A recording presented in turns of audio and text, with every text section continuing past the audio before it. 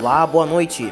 Sejam todos muito bem-vindos ao canal Embarque Imediato, trazendo as últimas notícias do mercado dos automóveis. A Tesla lucra 3,7 bilhões de dólares no terceiro trimestre, mas preocupa investidores. A Land Rover Defender ganha edição especial de 75 anos. A Mercedes-Benz assina acordo de 1,5 bilhão de euros para acelerar a eletrificação. O Fiat Strada ganha apenas 1 estrela em avaliação de segurança. Volkswagen Gol, porque o carro mais importante da história do Brasil vai morrer. E ainda, Renault Kwid foi seminovo mais rentável para as concessionárias em setembro.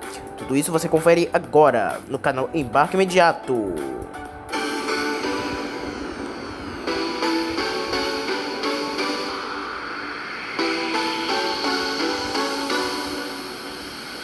De um lado, montadora tem produção recorde de 365 mil carros. De outro, desaceleração do mercado pode empacar vendas.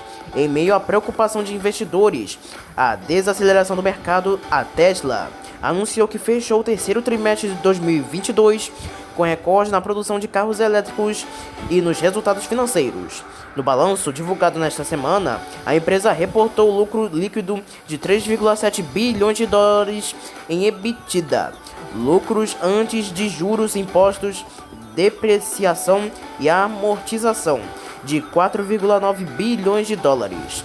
De junho a setembro, a Tesla obteve lucro operacional, aquele gerado só pela atividade principal da companhia, recorde de 3,7 bilhões de dólares, resultando em margem operacional de 17,2%, com 2,2 bilhões de dólares a mais no trimestre. O caixa total subiu para 21,1 bilhões de dólares. Nos últimos 12 meses, o fluxo de caixa livre ultrapassou os 8,9 bilhões de dólares pela primeira vez. A produção da Tesla cresceu, mas será sustentável? Mais uma boa notícia é que, apesar de escassez de componentes, a produção da Tesla bateu recorde. 365 mil carros elétricos fabricados no mundo, 54% mais do que o terceiro trimestre do ano passado. Foram feitas 345 mil unidades no modelo Model 3, enquanto a produção do Model S dobrou para 20 mil. No entanto, a empresa entregou aos clientes um pouco menos do que isso, 343 mil carros, o que já bastou para levantar a dúvida entre os investidores em relação à demanda dos veículos. O CEO da Tesla, Elon Musk, afirmou que não tem um problema de demanda e os estoques são explicados por dificuldades no transporte dos carros. A capacidade de transporte de veículos durante os períodos de pico de entrega tornou-se cada vez mais desafiadora. Estamos gradualmente mudando para um mix regional, mais uniforme de produção e entregas, aponta o relatório. A empresa planeja aumentar a capacidade de fabricação o mais rápido possível e, ao longo prazo, espera alcançar um crescimento médio anual de 50% nas entregas de veículos. Para os próximos meses, no entanto, os investidores começam a questionar se a Tesla conseguirá manter o ritmo diante da desaceleração econômica de uma série de países e aumentar o preço sem prejudicar suas vendas. Desde janeiro do ano passado, o preço médio do Model 3 ficou 24% mais alto nos Estados Unidos. China pode puxar resultados para baixo. A maior preocupação é com o mercado chinês. Apesar da produção trimestral do Tesla em Xangai tem sido melhor que o último período, a montadora americana enfrenta forte concorrência com empresas domésticas como a BYD, em meio a uma economia que dá sinais de desaceleração e pode enfraquecer a venda de veículos nos próximos trimestres. A fase inicial das entregas do Tesla Semi está programada para começar em dezembro de 2022. Segundo o relatório da China Merchants Bank International, em setembro a entrega de carros às concessionárias cresceu 33%, enquanto as vendas no varejo subiram apenas 9%. Os analistas indicam que o excesso de estoque pode pesar o mercado que vem. Software de direção autônoma não terá aprovação em 2022. Outra notícia é que a promessa de carros totalmente autônomos da Tesla ainda não tem data para virar realidade. Em conferência com os investidores na quinta, dia 19, Elon Musk disse que o software avançado de assistência ao motorista não terá aprovação regulatória em 2022. Os comentários do CEO sugerem que a tecnologia da empresa ainda não é capaz de satisfazer as autoridades de que os carros podem ser pilotados sem alguém no volante. Atualmente, a empresa oferece a tecnologia de piloto automático, com a qual o carro pode acelerar ou frear sem a intervenção do motorista, e um complemento da software chamado Full Self Driving, que permite que os veículos mudem de faixa e estacionem de forma autônoma. No entanto, ambas as tecnologias ainda necessitam de um condutor ao volante. No começo de outubro, as ações da empresa caíram após o evento anual de tecnologia decepcionar parte dos investidores. A apresentação do robô humanoide não empolgou e o mercado se mostra insatisfeito com a falta de clareza da Tesla sobre o prazo para entregar os sistemas de direção totalmente autônomos. Marca oferecerá apenas 10 unidades no Brasil ao preço de R$ 819.950. A Land Rover apresentou uma série especial do Defender para celebrar os 75 anos de vida do Jeep. O Defender 75 Limited Edition presta uma homenagem ao modelo original conhecido como Série E, que foi revelado em 1948 durante o Salão do Automóvel de Amsterdã, na Holanda. Para celebrar o aniversário de 75 anos da marca, a Land Rover apresenta o Defender 75 Limited Edition, com detalhes singulares que celebram a história desse veículo ao longo dos anos. Serão apenas 10 unidades oferecidas, cada uma delas a R$ 819.950. Com a chegada prevista para janeiro de 2013, o modelo será oferecido na carroceria 110 e apenas na cor verde Granmary, tonalidade desenvolvida exclusivamente para essa edição. Os para-choques são pintados na cor Series Silver, enquanto o interior traz acabamento na mesma cor da carroceria. Os bancos são revestidos na cor Resist Ebony. A edição limitada é baseada na versão topo da gama HSE e traz itens como câmera 3D Surrounding, sistema de som Meridian, faróis Full LED Matrix, central multimídia PV Pro com tela tátil de 11,4 polegadas, head-up display e setor solar panorâmico. O Defender traz o motor 3.0 turbo diesel de 300 cavalos com a tecnologia híbrida leve, cujo sistema elétrico de 48 volts exerce a função de alternador. Este é responsável por gerar corrente elétrica que dá partida no motor pelo sistema Start e Stop e auxilia na redução de consumo de combustível e emissões poluentes. Todos os clientes que comprarem um veículo poderão recebê-lo em um evento na fábrica da Jaguar Land Rover no Rio de Janeiro, além de participarem de uma cerimônia comemorativa aos 75 anos da Land Rover.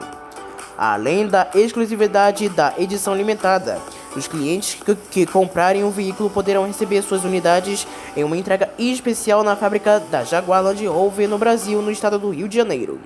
Em evento previsto para janeiro de 2023, os clientes serão convidados para uma cerimônia comemorativa aos 75 anos da Land Rover, com visitação à linha de montagem da fábrica e à clínica de restauração de modelos clássicos da Jaguar Land Rover. Contrato com fornecedora de hidróxido de lítio para baterias possibilitará a produção de 150 mil carros elétricos por ano. A Mercedes-Benz assinou um acordo com a startup canadense-alemã Rogtech Lithium Inc. para o fornecimento de 10 mil toneladas de hidróxido de lítio por ano. O contrato permite que a montadora de luxo forneça matéria-prima a seus fornecedores de baterias a fim de acelerar a produção de veículos elétricos a partir de 2026.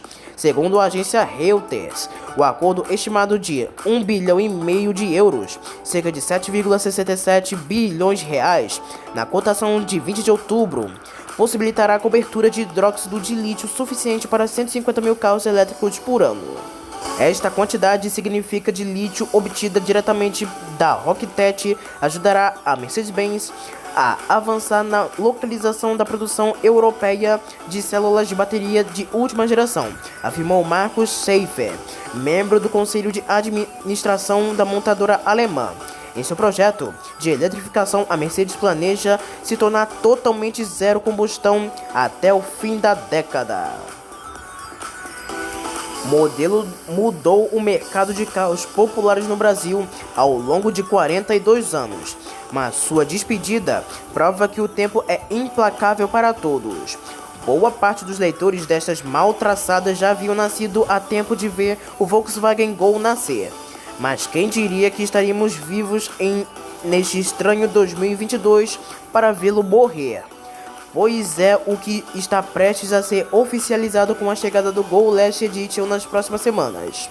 A série especial marcará o encerramento de um ciclo de 42 anos do carro mais importante da história da indústria automobilística nacional, o modelo que redefiniu tudo que conhecemos como carro popular até os dias de hoje.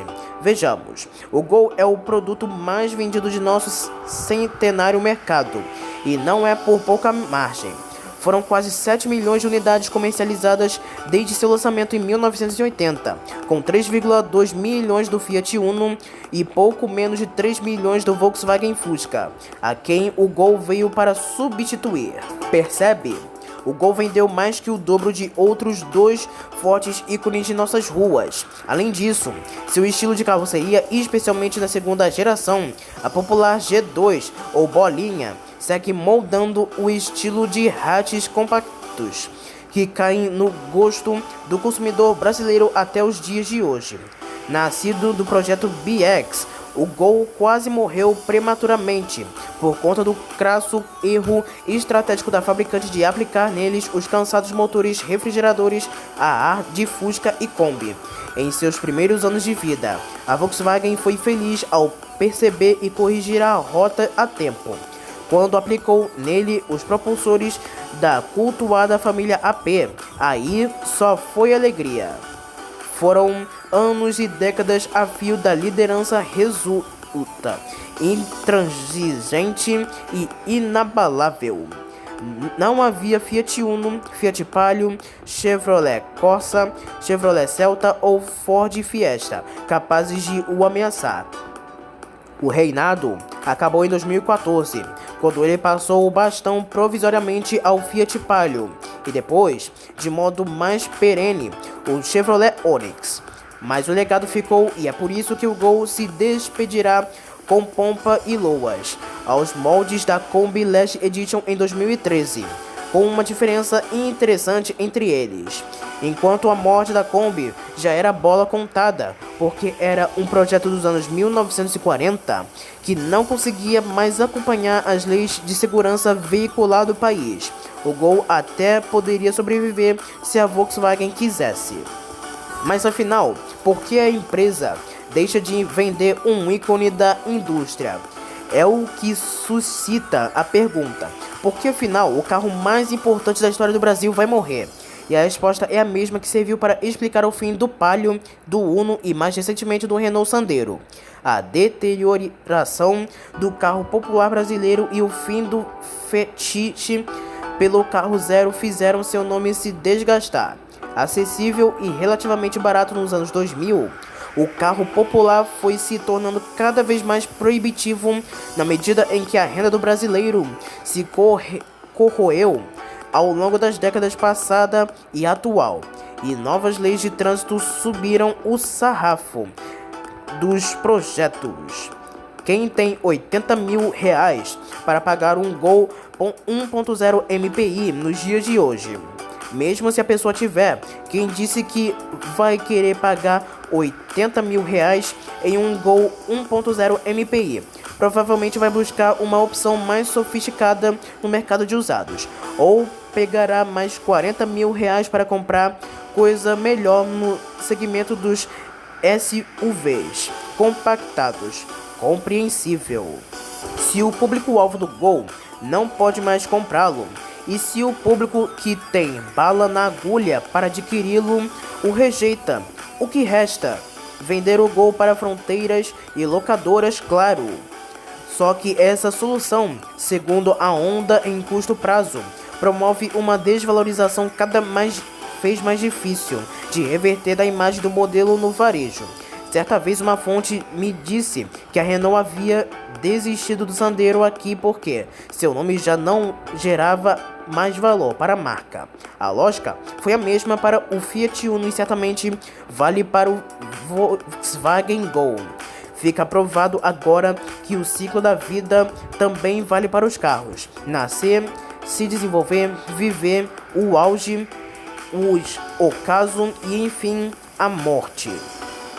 Até para o Gol e seus quase 7 milhões de exemplares comercializados ao longo de 42 anos, 3 gerações e diversas atualizações estéticas e mecânicas. O tempo não espera por ninguém, tampouco esperará por mim.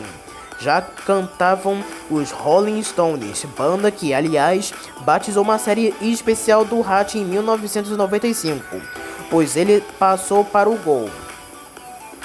É triste, enfim, a despedida de um dos carros mais importantes da história do Brasil, Volkswagen Gol, que ficará para sempre na memória de todos. Mas com a redução da procura por carros populares novos no Brasil, o Volkswagen Gol perdeu terreno. Infelizmente, é muito triste. O veículo mais vendido do país tem resultado ruim em teste de Latin NCAP. Stellantis alega investimento constante em segurança. Líder de vendas no mercado brasileiro, a Fiat Strada recebeu apenas uma estrela no programa de avaliação de veículos novos para a América Latina e o Caribe. O resultado negativo para a picape compactada da marca italiana é atribuído à estrutura instável, airbags laterais de baixo desempenho, diferenças nos assentos entre versões de cabine simples e dupla no impacto traseiro e falta de sistemas de assistência à segurança. A Fiat Strada, produzida em Betim, Minas Gerais, obteve uma estrela tanto na versão cabine simples como dupla.